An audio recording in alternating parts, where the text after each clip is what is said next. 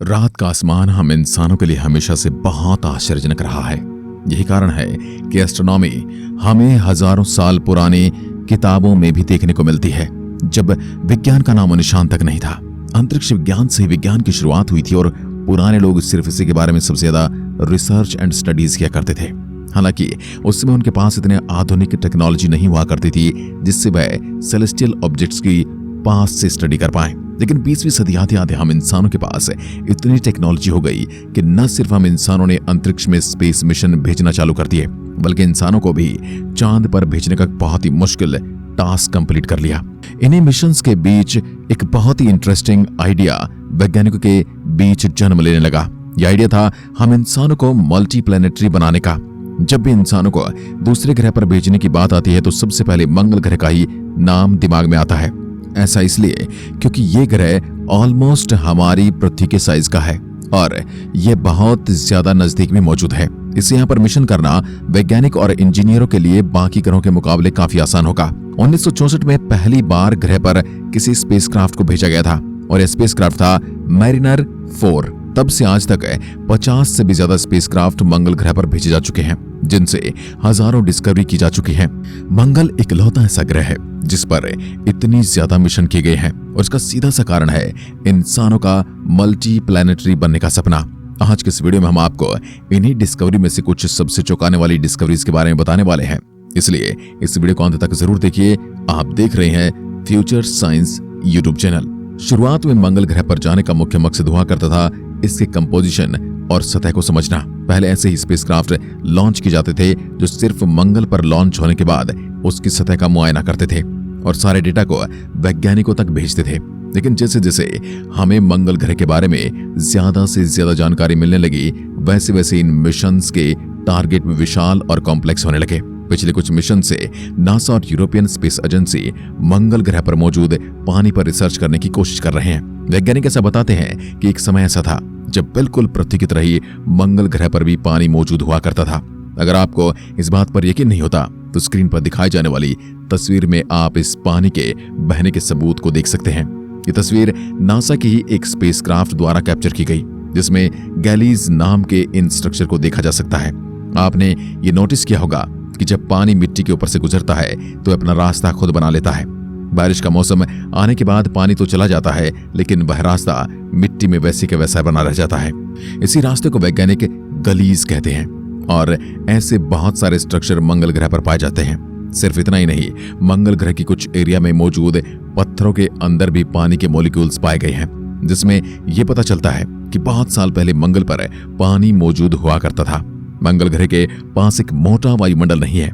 इसकी वजह से सूर्य से निकलने वाली गर्मी इसके पानी को इवेपोरेट कर देती है और वह पानी वायुमंडल में इकट्ठा होने की जगह सीधे अंतरिक्ष में चला जाता है।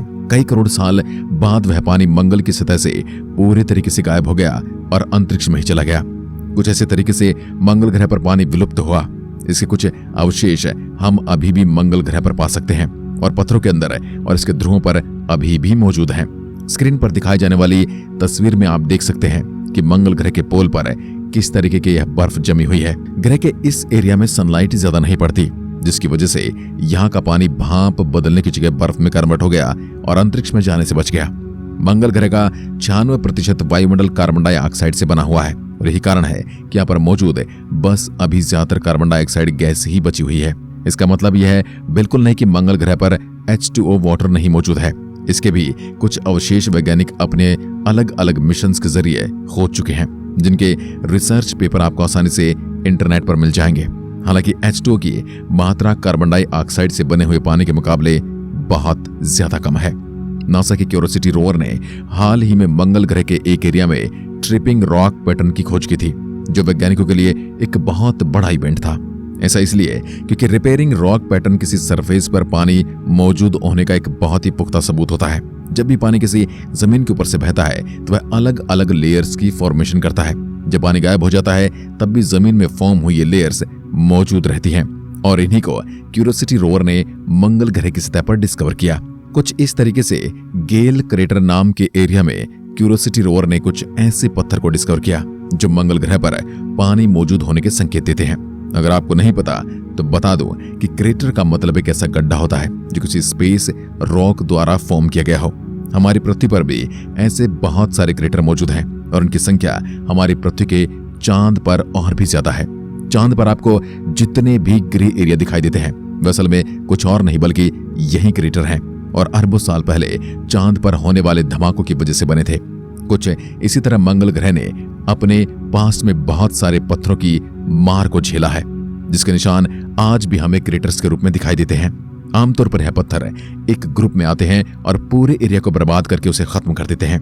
हमारी पृथ्वी पर कुछ ऐसे ही 6.6 करोड़ साल पहले हुआ था जब एक विशाल एस्ट्रॉयड हमारी धरती से टकरा गया था। उस उल्का पिंड का नाम था चिक्सुलाब और यह वह पत्थर था जिसकी वजह से हमारी पृथ्वी पर मौजूद डायनासोर्स का खात्मा हो गया था। यह पत्थर हमेशा खतरनाक हो ऐसा जरूरी नहीं है, क्योंकि इन्हीं के जैसे पत्थरों की वजह से हमारी पृथ्वी पर अमीनो एसिड और पानी भी आ पाया है। अमीनो एसिड प्रोटीन का एक बेसिक फॉर्म होता है और इसी की वजह से हमारी पृथ्वी पर जीवन की फॉर्मेशन हो पाई। मंगल ग्रह पर मौजूद गेल क्रेटर में भी पानी के ऐसे ही संकेत पाए गए हैं जो ये बताते हैं कि एक समय पर मंगल भी पानी से भरा हुआ रहता था। कुछ वैज्ञानिक तो ये भी डाउट करते हैं कि पहले मंगल पर जीवन भी मौजूद था और पानी के खत्म होने के साथ साथ खुद भी खत्म हो गया। ये चीज साइंटिफिकली तो पॉसिबल हो सकती है, लेकिन इस बात को सही साबित करने के लिए हमें पुख्ता सबूत ढूंढने पड़ेंगे। हमारी पृथ्वी पर भी जीवन की शुरुआत पानी में हुई थी और ऐसा मंगल ग्रह पर भी होना कोई बड़ी बात नहीं। हालांकि बिल्कुल निश्चित रूप से कहा जा सकता है कि मंगल ग्रह पर जीवन ज्यादा विकसित नहीं हो पाया होगा और बैक्टीरियल फॉर्म में ही मौजूद होकर खत्म हो गया होगा। हाल ही में एक और रिसर्च में वैज्ञानिकों ने मंगल ग्रह पर मौजूद एक ग्लेशियर के अवशेषों की खोज कर ली है। यह करीब 6 किलोमीटर लंबा है और 4 किलोमीटर चौड़ा है। खास बात यह है कि मंगल ग्रह के मध्य एरिया में मौजूद है। आपकी जानकारी के लिए बता दूं कि किसी भी ग्रह में सबसे ज्यादा सनलाइट और गर्मी उसके मध्य एरिया में ही पड़ती है, जिसे इक्वेटोरियल रीजन भी कहा जाता है। मंगल ग्रह के इस एरिया में तापमान 20 डिग्री सेल्सियस के आसपास रहता है। इस वजह से यहाँ पर अब बर्फ का जमा होना इम्पॉसिबल बात है। वैज्ञानिक ऐसा बताते हैं अगर हम इस एरिया के नीचे खोदते हैं तो हमें आज भी उस ग्लेशियर के बहुत क्लियर एविडेंस देखने को मिल जाएंगे। मंगल ग्रह पर तापमान -123 डिग्री सेल्सियस तक चला जाता है और ऐसे में बर्फ का जमना एक बहुत ही नॉर्मल बात है। मंगल ग्रह के कुछ एरिया में आज भी इसकी बंजर जमीन के नीचे बर्फ के पार्टिकल मौजूद हैं, जिन्हें डिस्कवर भी किया जा चुका है। मंगल ग्रह पर मौजूद रहे इस बर्फ को रेडिएशन और हीट से काफी हद तक प्रोटेक्ट करता है। ये बर्फ आमतौर पर पत्थरों के अंदर या फिर पत्थरों के साथ मौजूद होती है। इसकी वजह से इसे पिघलाना एक बहुत ही मुश्किल बात है। पानी और पानी से जुड़ी डिस्कवरी करने के लिए वैज्ञानिक सिर्फ रोवर और लैंडर ही नहीं बल्कि हेलीकॉप्टर तक को मंगल ग्रह पर उतार चुके हैं। इंजेन्युइटी नाम के एक स्पेसक्राफ्ट को लॉन्च करने के साथ ही वैज्ञानिकों ने एक हेलीकॉप्टर को भी लॉन्च किया था जो मंगल ग्रह की सतह पर उड़कर रिसर्च करता है। ये पहली बार था जब इंसान ने किसी दूसरे ग्रह पर कोई उड़ने वाली चीज सक्सेसफुली चलाई हो। यह हेलीकॉप्टर पृथ्वी पर उड़ने वाले हेलीकॉप्टर के मुकाबले काफी ज्यादा छोटा था और इसका स्ट्रक्चर भी काफी ज्यादा अलग था, लेकिन इसके जरिए वैज्ञानिकों ने बहुत ही महत्वपूर्ण डिस्कवरीज की थी जिन्हें हम पहले एक वीडियो में ऑलरेडी कवर कर चुके हैं। उस वीडियो को देखने के लिए आप डिस्क्रिप्शन में दिए गए लिंक पर क्लिक कर सकते हैं। खैर, मंगल ग्रह पर नई नई खोज करने का सिलसिला ऐसे ही चलता रहेगा और एक समय ऐसा आएगा जब हम इंसान डायरेक्टली वहां जाकर रिसर्च करना शुरू कर देंगे। कई सारे वैज्ञानिक और बिजनेसमैन इंसानों को मंगल पर भेजने के लिए निरंतर प्रयासरत हैं और हर दिन मंगल ग्रह पर इंसानी कॉलोनी बनाने के सपने साकार होता हुआ दिखाई दे रहा है। आपको क्या लगता है, क्या हम इंसान मंगल ग्रह पर अपनी पहली बस्ती कब बसा पाएंगे? हमें नीचे कमेंट करके जरूर बताएं। ऐसे रिसर्च से जुड़े डॉक्यूमेंट्रीज देखने के लिए फ्यूचर साइंस चैनल को सब्सक्राइब करें। आज के वीडियो के लिए बस इतना ही। धन्यवाद।